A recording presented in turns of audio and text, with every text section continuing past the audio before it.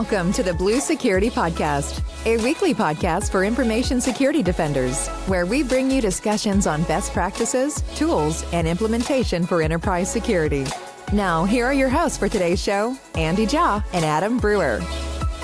Welcome to this week's episode of the Blue Security Podcast. I'm Andy, your host. I'm Adam, your co-host. Adam, this is episode 200.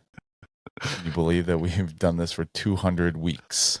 I really can't. I do remember when we started, we were both really committed that we did not just want to do this for a little bit. We wanted to stick with it, and we were concerned we'd run out of things to talk about. We've definitely stuck with it, and we definitely have not run out of things to talk about. So it's been fun, and look forward to continuing on this journey with you. And definitely thank all of our listeners and viewers for staying with us and, keeping us a part of your lives and listening to our show, because that definitely drives it, our passion for continuing to create this podcast. It's definitely a labor of love. So we're going to do a little something different for this episode. I wanted to talk about this blog that has been making the rounds on Twitter and LinkedIn, and it was written by a pseudonymous author, Chadley McCyberton. So he wrote it under a pseudonym.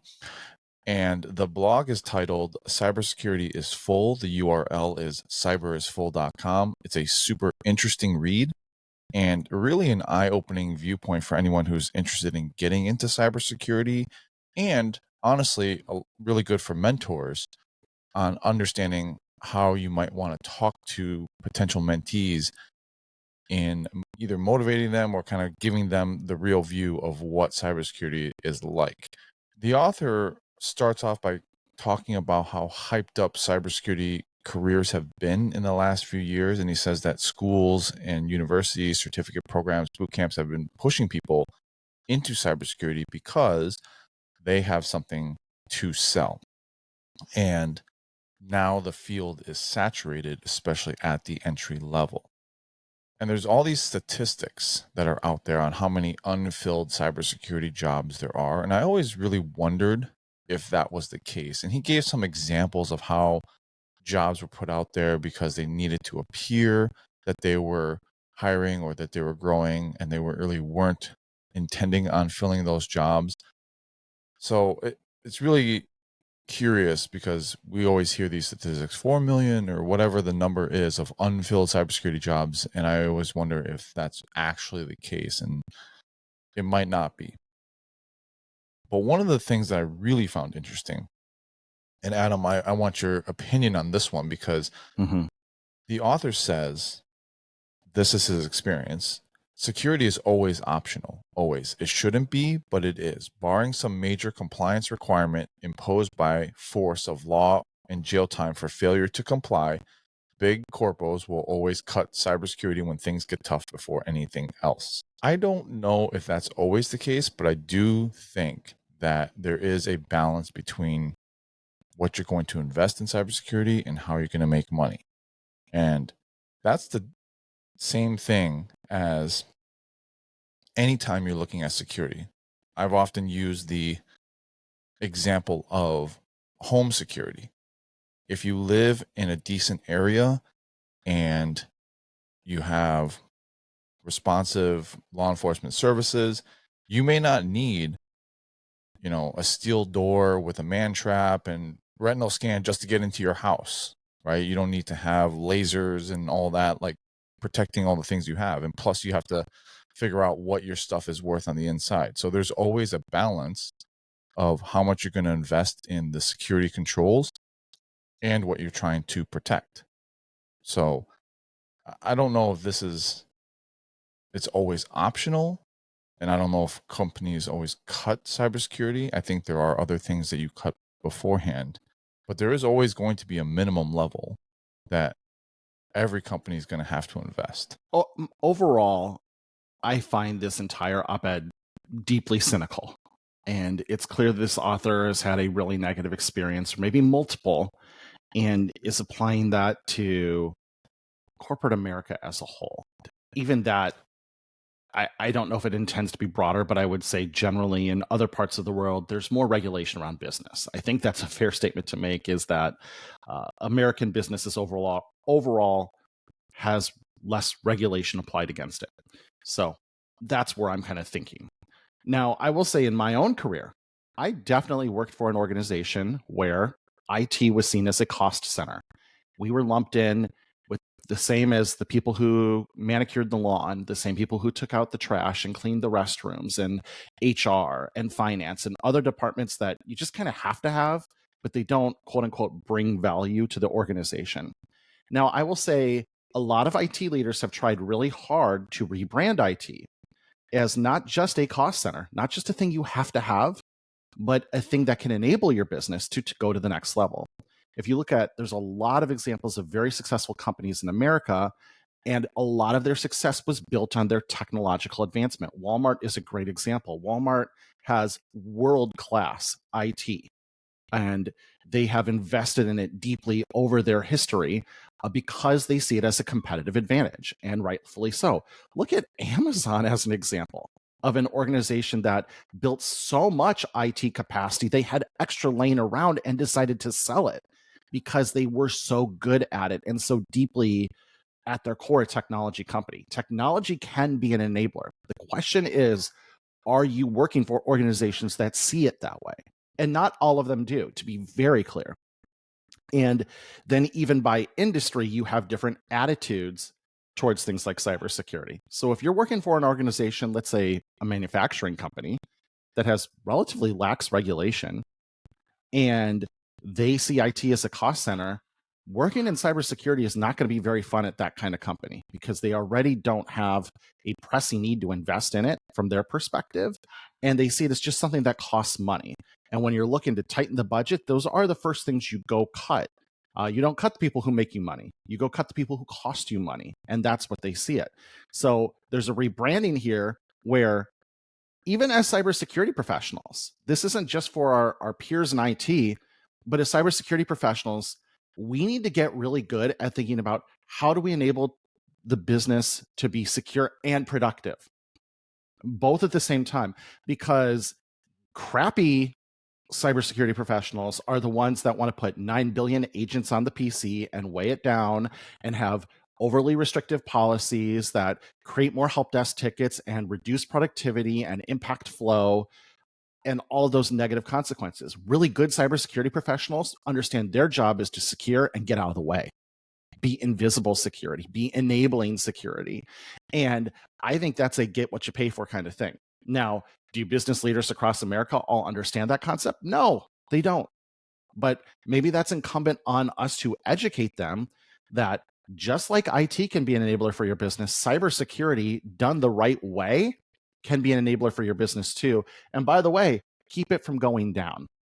And so I find this whole kind of commentary is deeply cynical because at the big companies I've worked for, and I've worked for several publicly traded organizations, yes, there is the desire quarter by quarter to hit certain results, but you're not like cutting staff quarter to quarter to hit a number. Like it doesn't work that way, really. You can't. You may do layoffs occasionally because I think Wall Street has proven they do like layoffs overall because it means you're running more leaner and with less overhead.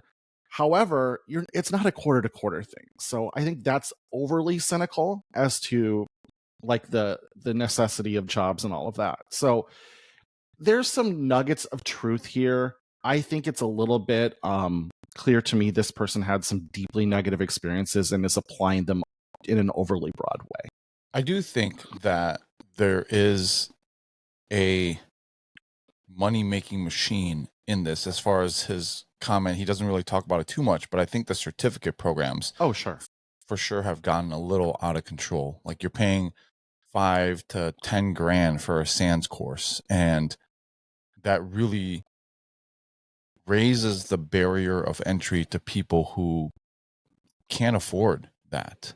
So that in itself, and then the yearly or every 3 years, you got to pay a fee in order to keep your certificate and then continue to get the professional credits. So you got to go to conferences, which again are money making machines. And a lot of them honestly, I've been to quite a few, and there aren't many that really provide you with really good training. A lot of them just have kind of Big fluffy names. talks about trends in the industry and blah blah blah. And there's only a few that I've gone to that are really really good, and those are the ones that I continue to go to. But out of hundreds of conferences, I find that less than maybe 2 to 3% of them actually have quality content.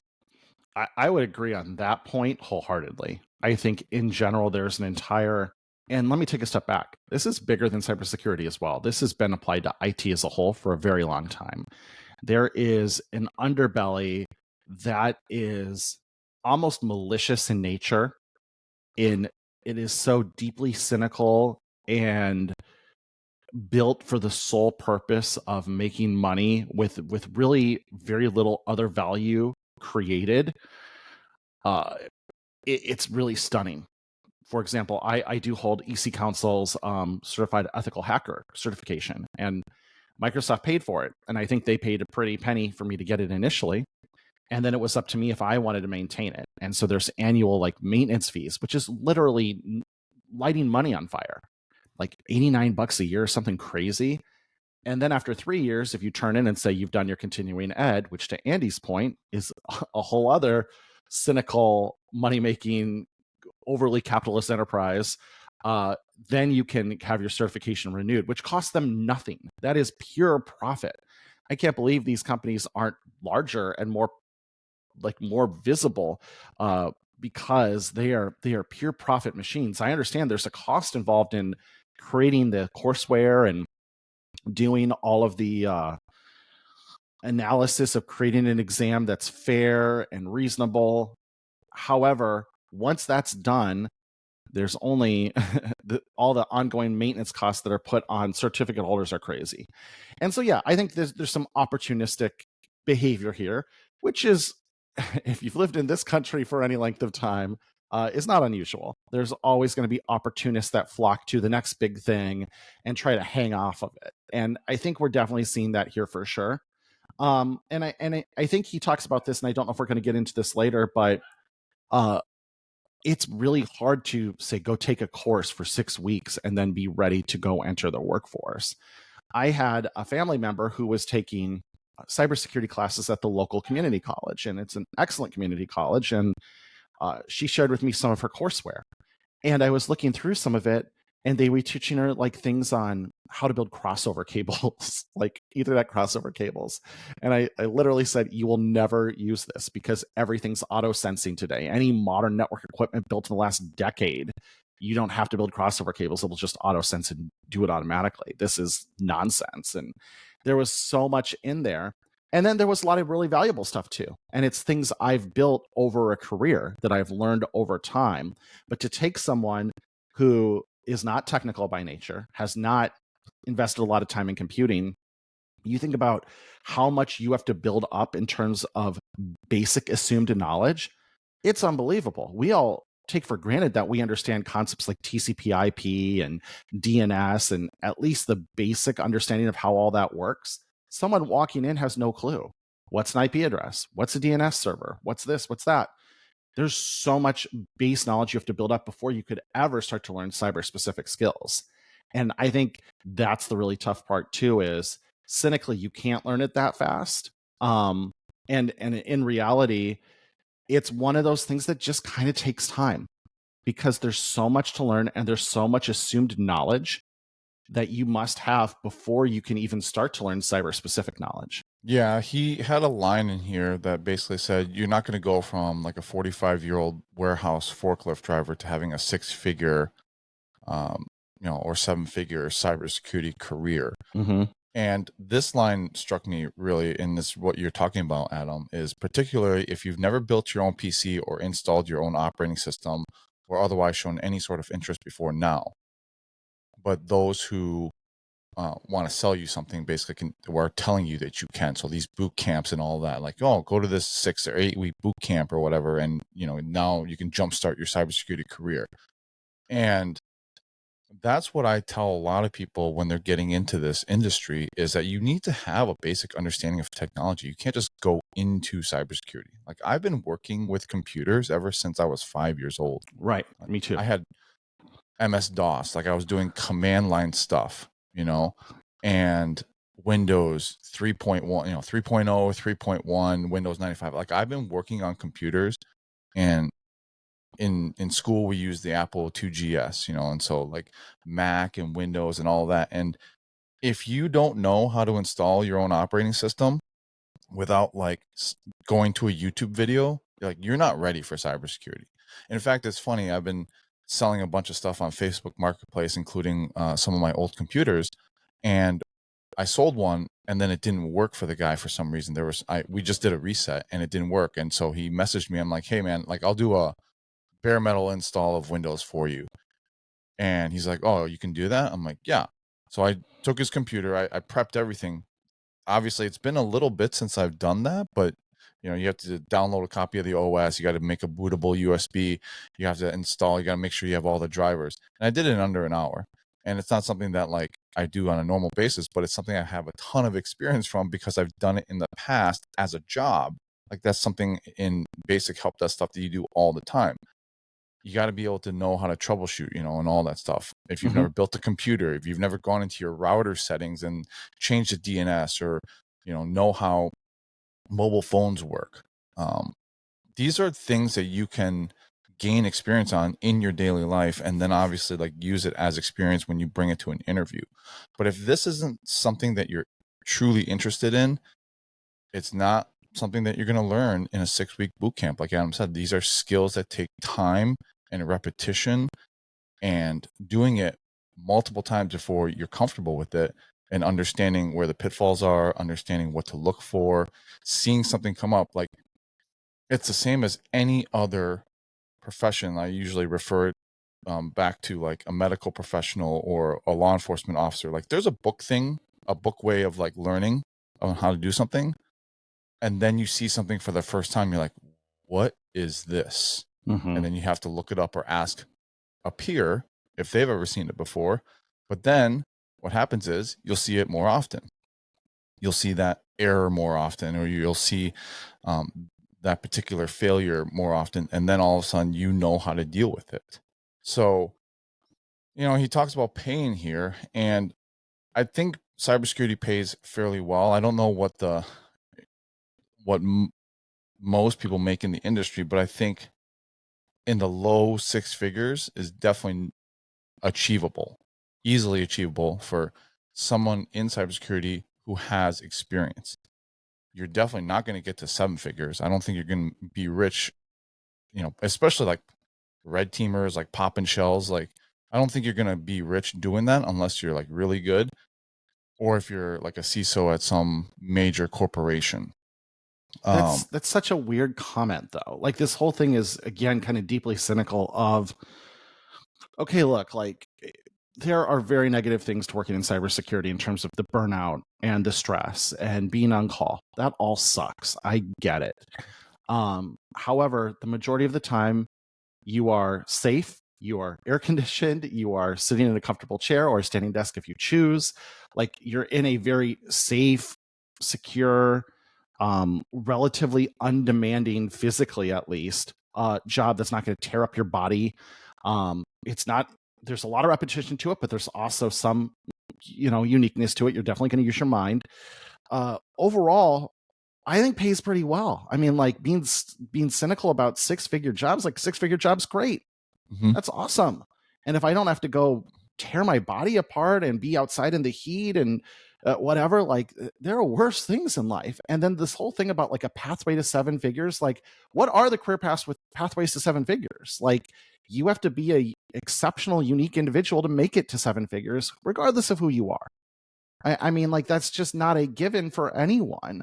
That's just like, oh, well, if you're on this career path, someday you'll make 7 figures. Like, that doesn't exist. Like, short of being excellent in leadership or whatever. And if you go look even at some smaller to mid-sized publicly traded companies, their C-suites, they make 400 or 500K a year, and yeah, they get a ton of stock, but they're not making seven figures a year. And they're the CFO of a publicly traded, decent sized company with 10,000 employees or whatever. That's not a seven-figure job. So it's such a weird comment to me. I mean, again, this is where I take this this is a little overly cynical for my taste. I think there's some good points in here, but Yeah. come on, they're just that's not a thing. And maybe you live in a different market, right? To be fair, Andy and I live in the Midwest, like Des Moines, Iowa, very reasonable cost of living, like very affordable community. And you're in Madison, which costs a little bit more than Des Moines, but still, in the big scheme of things, very affordable, high quality of life city.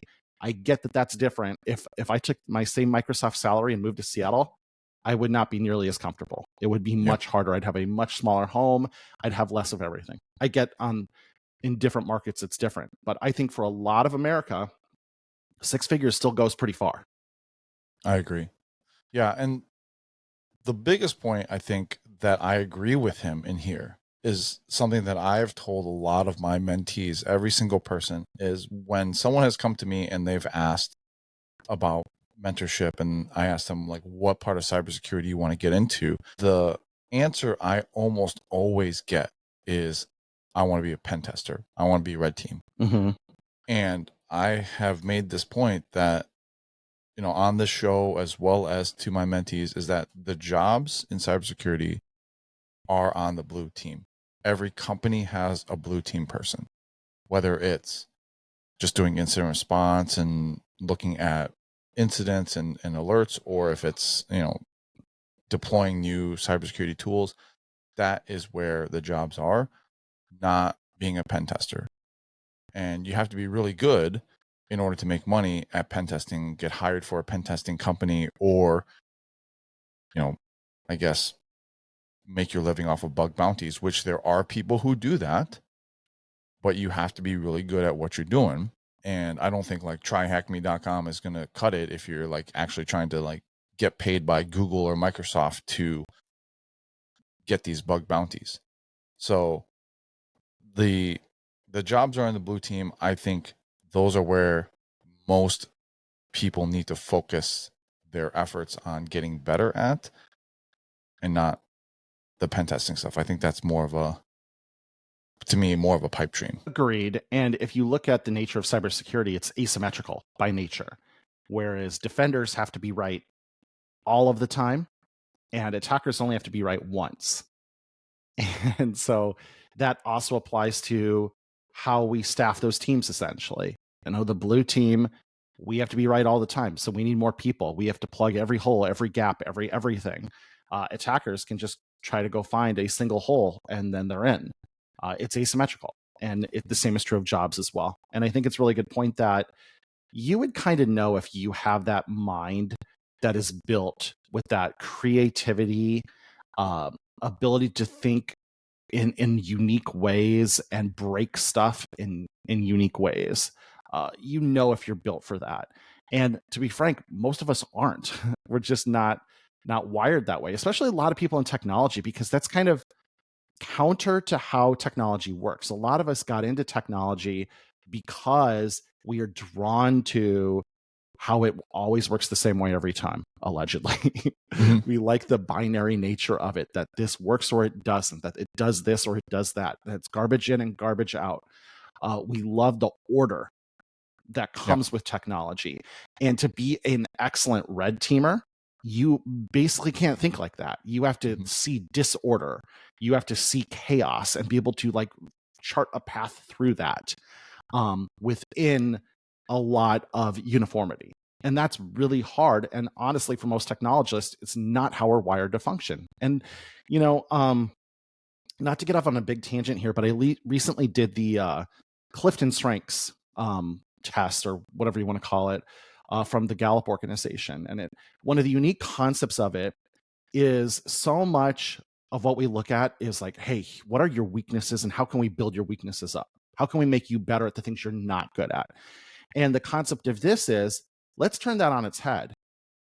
What are you already good at? What are you naturally gifted at doing? And how can you use those talents to be successful? And so it's that opposite. Instead of focusing what you're not good at, let's focus on what you are good at. And I think anytime we talk about career, you have to be able to have that realistic conversation with yourself. What are my talents? What are my skills? And how does that align with where I want to go? Or does it? And they even give an example in the book, and I'll get off this tangent in a second. They talk about the story of Rudy, the football player at Notre Dame. And Rudy was not a gifted football player, just did not have the physical skills. He was very small and not strong enough effectively. But he worked and worked and worked and worked and applied to Notre Dame 3 times and finally got in, and then was a walk-on on the football team for 4 years. And on the last play of the last game of the season, he got in and made a tackle. And we made a Hollywood movie about it, celebrating what a great story this is. Here's this guy who had this dream and worked for a decade plus to achieve his dream. And he finally did. He got to play a single play of a college football game. And you say, that's a great story. And I'm not taking away from it. But what if Rudy took what he was already naturally gifted at doing? Because I assume he had a lot of talents, great talents, obviously a very high level dedication, and applied that to something else that he was already good at. What could he have achieved in that decade instead of making one play in one college football game at the end of the season? And that's something I think everyone should have that conversation with themselves about, is instead of trying to force the square peg in the round hole, instead, what are you already good at, and how does that align to things like cybersecurity, or does it? Maybe it doesn't. So that's something to think about as well. Super interesting, your call out on personality and the way that you think, because for me, I've always been someone with an analytical mind. I like order. I like checklists, things that are making everything easier and neater. And when I get something, I want it to work. And if it breaks, I want to figure out how to fix it. But there are people who get things, electronic things, whatever things, and they want to take it apart, or they want to find out how to break it and then, put it back together. And that has never been like my instinct. So for me, blue teaming was always very natural, and I was never good at thinking. And it also, I think, like you said, the red teamers need to have some sort of creativity. I think they're more of like the right mind, instead of the left mind. They can flow and adapt and do that stuff a lot quicker than someone with an analytical mind who's more prone to having things in order. Right. Well said. And, as we're speaking about that, the final point that the author was making is that cybersecurity is stressful, and it can be. Adam, you said that it's not physically demanding on the body, but I think in some organizations, in some capacity, it can be extremely stressful for people. And stress is definitely negative impact on the body. So yeah, I kind of missed that there. Good call out. And I think that because of this environment, a lot of people who come from like the military or emergency services, like law enforcement or medical, really do well in the field, because you might have times when you're on call, or when you have to respond to an incident, or you have compliance deadlines. And just like any other IT job, stuff breaks, and you might have to spend time outside of your job to keep up on technology to remain competitive. Or we've talked about this many times on the show, you might have to deal with leadership and the politics within your organization who, might not want to spend money on something that you think is important. And they might just say flat out no and deny your request for a specific tool, or ignore your advice. And that can be frustrating, but that is part of the job. And so understanding that and knowing that going in, that it can be stressful, there is burnout, is important. And having a plan to deal with that is something that you're going to need to have before going into cybersecurity. Yeah, really good call out there. It's a huge part of the job. So you need to know that up front. And going back to the comment on, the politics of your management team may not want to spend money on cybersecurity. They don't. I'll tell you right now, they don't want to. Your job is to educate them on why they should, and to effectively sell them on why they should. And I know some technology people think like the word sell or sales is a dirty word, but it's not. The ability to persuade people to see your viewpoint is a skill that will stay with you throughout your entire life. So I suggest everyone, and I realize this is coming from someone in sales, but who was not originally in sales and never saw sales as my career path, the ability to be persuasive and explain your viewpoint and bring people to your side, again, it's a valuable skill throughout life. And all cybersecurity people should invest in learning that skill in different ways.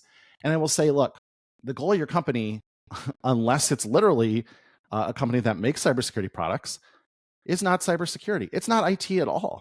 It's to make whatever widget they make or offer whatever service they offer or whatever your organization does to make money. And so your goal is to really snap to that reality and then look at, like, how does your management team prioritize other spend in terms of what is the campus like? What are the grounds like? Do they invest in landscaping? Do they invest in a really high-end facility, or is it kind of dumpy? Where do they put their money? And that's going to tell you how they're going to invest in other things too. There are some places that run very stripped down operations. We don't need fancy landscaping. We don't need a fancy building. We don't offer a lot of employee benefits. We're going to invest the absolute bare minimum in IT and cybersecurity because that's a cost center. That's maybe not the best place to work. Now, I realize maybe you don't have a choice. Maybe it's where you start. But as you're trying to optimize your own career over time, you want to go to the place that says, you know what? It's worthwhile to invest our employees and their benefits. It's worthwhile to invest in a nice place to work, an attractive place to work. And we see IT as an enabler for our business. Our business is better because our technology is best in our competitive field. And our technology enables us to run rings around our competitors. That's the kind of place you want to be, because that's a company that understands that cybersecurity and technology are enablers for them to make even more money, as opposed to just seeing it as something they could cut down to the minimum, just like janitorial work or landscaping or whatever. If they lump you in that same boat, you're going to have a bad time. And ultimately, business leaders over time will come to the realization that technology can make their business better, but there's still plenty of them who don't, and plenty of them who just see it as another line item on the expense line items that they need to cut or slash to the minimum or make as small as possible to maximize profits and operating leverage and all those fancy things. So really look at where you're going. And it's not our job to save everyone. It's not our job to save every organization. If an organization isn't open to listening or considering adapting their approach, there's places you just don't go. I know in sales, for Andy and I, we both work at Microsoft in cybersecurity sales. We'll get a list of accounts that we work on each fiscal year. And it's like, for me, between 20 and 30 accounts usually. And I'll have accounts who are willing to listen to new ways of doing things, or maybe switching their approach or trying to find something better. And there are some that are closed off to listening. They don't want to listen. They don't want to do something new. They don't want to change their approach. And you're always looking for, whether you're trying to sell somebody something or you're trying to find a place to work, you want to work at those places that are open to new experiences, new ideas, that growth mindset. That's what you're looking for. Because folks with a growth mindset up and down an organization, they're the ones who are going to see the most value in you as a cybersecurity professional. And of course, you want to go a place where you're valued. So really prioritize that in your search. I think it's a two-way search. Now, I know some of this op-ed talks about, like, there aren't any entry-level jobs. There aren't any jobs to get into. I can't comment on that or not. I haven't been in the job market in 7 years, actually longer, because I didn't even look for this job. But I hear mixed reports, right? Maybe in the Bay Area, it's really hard to find a job. I think in the Midwest, if you're a reasonably talented cybersecurity professional, or even have a bunch of skills that could jump in at entry level, I think you could find a job without breaking a sweat. So it all depends on where you are and what you're trying to do. I think different areas of the country have different levels of maturity with this business as well. I think regardless of how cynical this op-ed comes off, and there are nuggets of truth in here, I think it's a good read for anyone who's trying to get into cybersecurity or people who have been in it. There's no argument that cybersecurity is still needed. I listen to NPR every single day, and rarely do they ever have any stories about cybersecurity or hacks or any type of attacks that are going on. And just by chance this week, they were talking about an uptick in ransomware. One of the ransomware attacks that I actually didn't see, because let's just be honest, they happen all the time. But there was a car dealership with 15,000 dealerships in the US and Canada that had a cyber attack, and they were completely down for 2 weeks. And so we talked about another dealership out in Vegas. You can't, it's not just selling the vehicle, but it's also servicing the vehicles and pulling up manuals and other things, recalls that are part of the entire electronic systems. And they talked about how critical care and healthcare was the most targeted in 2023. It's still on the rise in 2024. We mentioned this on our podcast back a few months ago, but Ascension, which is one of the largest healthcare services at 140 hospitals in 10 states, suffered ransomware in May, and it took them a month to get their electronic health records back online. And NPR mentioned them, and they interviewed a nurse, and she said it was, dealing with that outage in some ways was worse than dealing with COVID, because you're dealing with paper records and running them back and forth, and labs that would get ordered, or x-rays or whatever, and they wouldn't be right, or they would be late.